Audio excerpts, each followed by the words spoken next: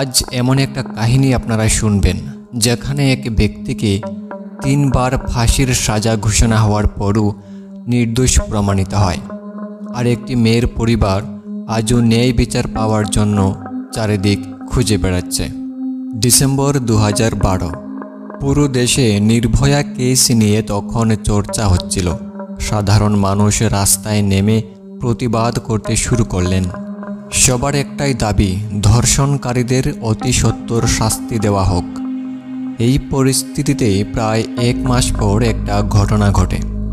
মধ্যপ্রদেশের একটা গ্রাম থেকে একটি 9 বছরের বালিকা ঘর থেকে বাইরে বের হয়, কিন্তু আর ফিরে আসেনি। মা মেয়ের আসার জন্য অপেক্ষা করছেন। পিতা রাতে অনেক জায়গায় খোঁজ খবর নেওয়ার পর শেষ পর্যন্ত পুলিশের কাছে কমপ্লেন করে। 2 দিন পর মেয়েটির লাশ একটি ক্ষেতের মধ্যে পাওয়া যায়। পোস্টমর্টম রিপোর্টে এটাও পাওয়া যায় যে মেয়েটিকে রেপ করা হয়। মেয়েটির মাতা পিতা এবং এক প্রতিবেশী বলে যে মেয়েটিকে শেষবারের মতো গ্রামের দিনমজুরি করা অনুক্ষী লাল নামে এক ব্যক্তির সঙ্গে দেখেছেন। এই অনুক্ষী লালের বিরুদ্ধেই রেপ এবং মার্ডার করার অভিযোগ করা হয়। অনুক্ষী লালের বক্তব্য অনুসারে সে ওই রাতে বাড়িতে ছিল না। পুলিশ তাকে পালিয়ে গেছে ভেবে অনুসন্ধান করতে লাগলো। 3 দিন পর অনুক্ষী লালকে অন্য এক গ্রাম থেকে খুঁজে পাওয়া হয়। গ্রেফতার করার পর কেস দ্রুত গতিতে এগুচ্ছিল। আর্থিক দিক দিয়ে দুর্বল অনুক্ষী লালকে সরকার একজন উকিল দেয়, যে অনুক্ষী লালের সঙ্গে কোর্টে শুনানির দিনই প্রথম সাক্ষাৎ করে।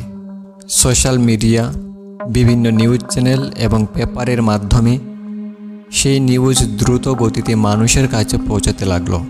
লোকজন তাকে ফাঁসিতে ঝুলানোর জন্য সরকারের কাছে অনুরোধ করতে লাগলো।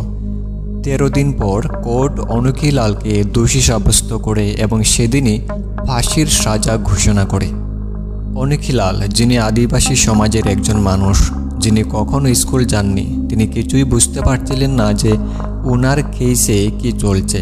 পুলিশের কাছ থেকে নিজের ফাঁসির খবর শুনে তিনি অবাক হয়ে গেলেন।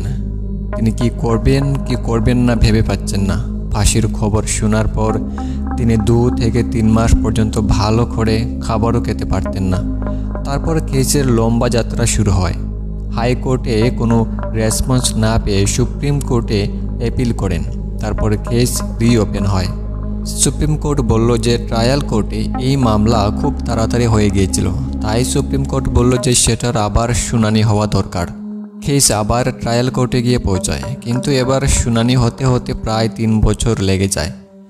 2022-এ আবার তাকে ফাঁসির সাজা শোনানো হয়।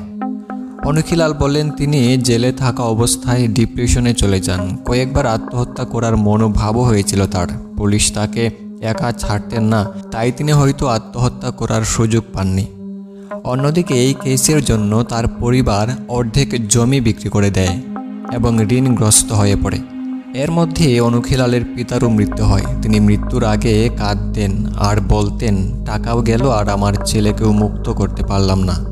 প্রজেক্ট 39A সেটা এমন একটা সংস্থা যা ফাঁসির ঘোষণা হওয়া অপরাধীদের বিষয়ে রিসার্চ করে এবং আইন সংক্রান্ত বিষয়েও তাদেরকে সাহায্য করে। 2022-এ আবার সে হাইকোর্টে অ্যাপিল করে। হাইকোর্ট আবার ওই কেসটিকে ট্রায়াল কোর্টে পাঠায়। আসলে পুলিশের কাছে মুখ্য প্রমাণস্বরূপ হলো একটা ডিএনএ রিপোর্ট। অনুক্ষী লালের উকিলরা বলেন এই রিপোর্টে অনেক ভুল আছে, যার জন্য এটাকে খুবই সূক্ষ্মভাবে দেখা উচিত, যা গত 10 বছর থেকে করা হয়নি। 3 বারের সময় যখন ট্রায়াল কোর্ট ডিএনএ রিপোর্ট দেখলো এবং এক্সপার্টদেরকে জিজ্ঞাসাবাদ করার পর দেখা গেল যে মেয়েটির শরীরের ভিতরে যে ডিএনএ আছে তা অনুক্ষী লালের নয়, বরং অন্য কোনো পুরুষের। কোর্ট এটাও বলল যে পুলিশ ভালো করে সব রিপোর্ট একত্র করতে পারছে না, অর্থাৎ সঠিক তদন্ত হচ্ছিল না। পুলিশেরও অনেক ভুল ছিল সেখানে। তারপর অনুক্ষী লালকে নির্দোষ প্রমাণ করা হয়। এই মামলায় উভয় পক্ষের পরিবার বলেন যে তাদের সঙ্গে যা ঘটেছে তা ন্যায় বিচার হয়নি। 11 বছর পর সে প্রশ্ন আজও উঠছে, আসলে এই অপরাধ কে করল? আসল অপরাধী কে? মেয়েটির পরিবার ন্যায় বিচার পায়নি। তারপর পুলিশ আবার হাইকোর্টে অনুক্ষী লালের বিরুদ্ধে অ্যাপিল করে, কিন্তু হাইকোর্ট সেটাকে অ্যাকসেপ্ট করেনি। কিন্তু এরকম শুধু একটা কেস নয়, হাজার হাজার কেস পড়ে আছে। প্রজেক্ট 39A এর রিসার্চে পাওয়া যায় যে 1500 অপরাধীর ফাঁসির সাজা ঘোষণা হওয়ার পরও 30% অপরাধী নির্দোষ প্রমাণ হয় এবং প্রায় 65% অপরাধীদের সাজা কম করা হয়।